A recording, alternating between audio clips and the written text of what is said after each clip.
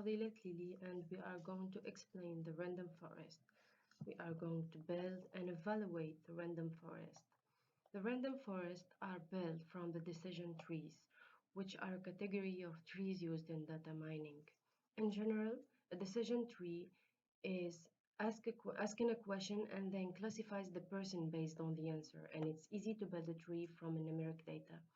The very top of the tree is called root node or just a root, but the internal nodes, they are just called nodes. They have arrows pointing to them and arrows pointing away from them. Lastly, these are leaf nodes or leaves. They have arrows pointing to them, but there are no arrows pointing away from them. We will make a decision tree based on a table of data. For example, we will create a tree using the color, wings, plumes, sonar to predict the concept, which will predict if it's a bird or not. The first thing we need to determine the root. Make an implementation of the algorithm ID3. We will start by placing all the learning example in the root node, and each node will be cutted on one of the remaining attributes which has not been tested yet. The choice of this attribute is made through a measure of the gain of information obtained by the breakdown. The algorithm of ID3 is based on 4 steps. Firstly, we will calculate the entropy of every attribute using the dataset. Second, we will split the set onto subsets using the attribute for which entropy is minimum or maximum. Then we will make a decision tree node containing that attribute, and finally we will recurse on subsets using the remaining attributes. First, we need to know what's the entropy. The entropy is a concept that's used to measure the information or disorders. The formula of the entropy is minus the sum starting from a equal to 1 until the number of classes of the frequency of class A in the same data set multiplied by the log base 2 of the frequency of class A in the same data set. In this example, we have two data sets. The one on the left, we have mixture of blue dots and red crosses, but the one on the right, we have only red crosses. And the second one, the data set with the only samples from one class, is called pure data set. We calculate the entropy for the second binary data set. For example, on the left one, the probability is 7 from 13 for the class with red crosses and 6 from 13 for the class with blue dots. The formula both lets us to evaluate. In order to evaluate how good feature is for splitting the difference in entropy before and after the split, we have the information gain. The information gain is based on the decrease in the entropy after a data set is splitted on an attribute. The formula of the gain is the entropy of S minus the number of elements in SV divided by the number of elements in S will be multiplied by the entropy of the number of elements in SV. We have the pruning method. This method is applied to a decision tree after the training phase. It let the decision tree be free to grow as much as allowed by its setting, and we proceed to cut those branches that are not populated sufficiently so as to avoid the overfitting the training data. There are two different techniques of the pruning, which are reduced error pruning and the minimum description length pruning.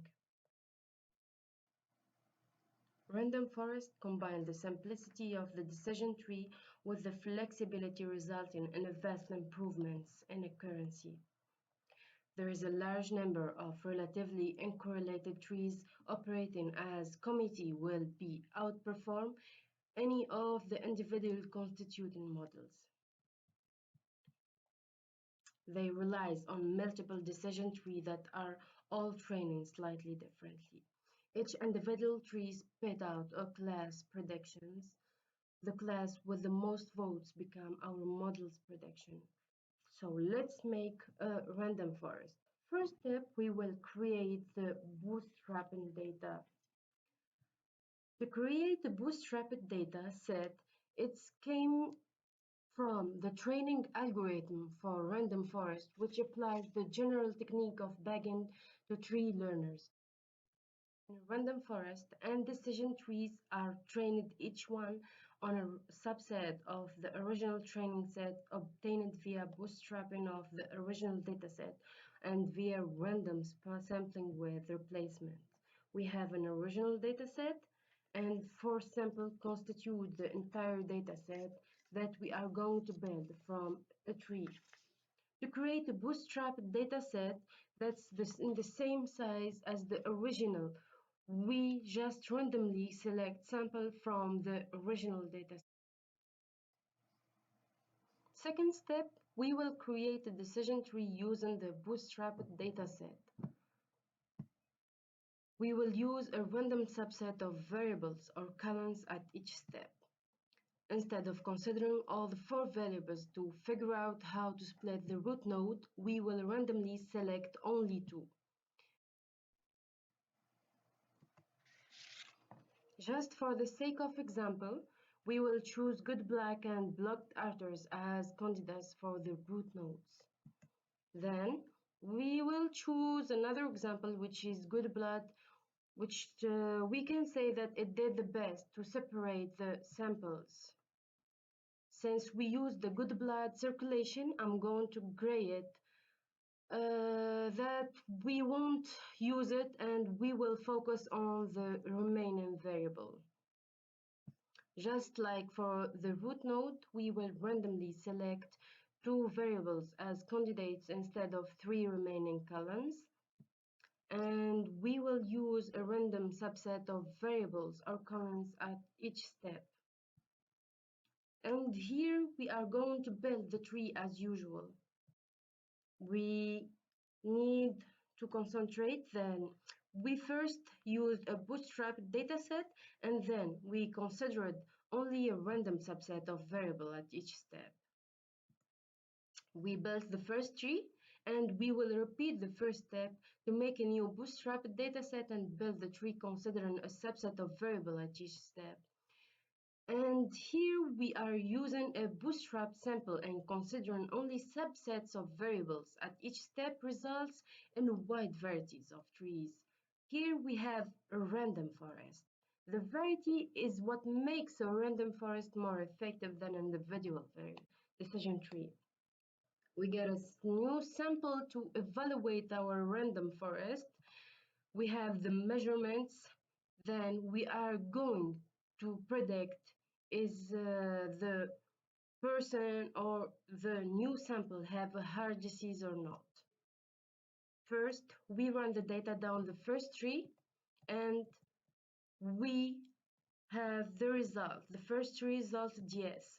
We keep the track, then we move to run down the second tree and it results yes either. So we keep the track and we repeat all the tree mates.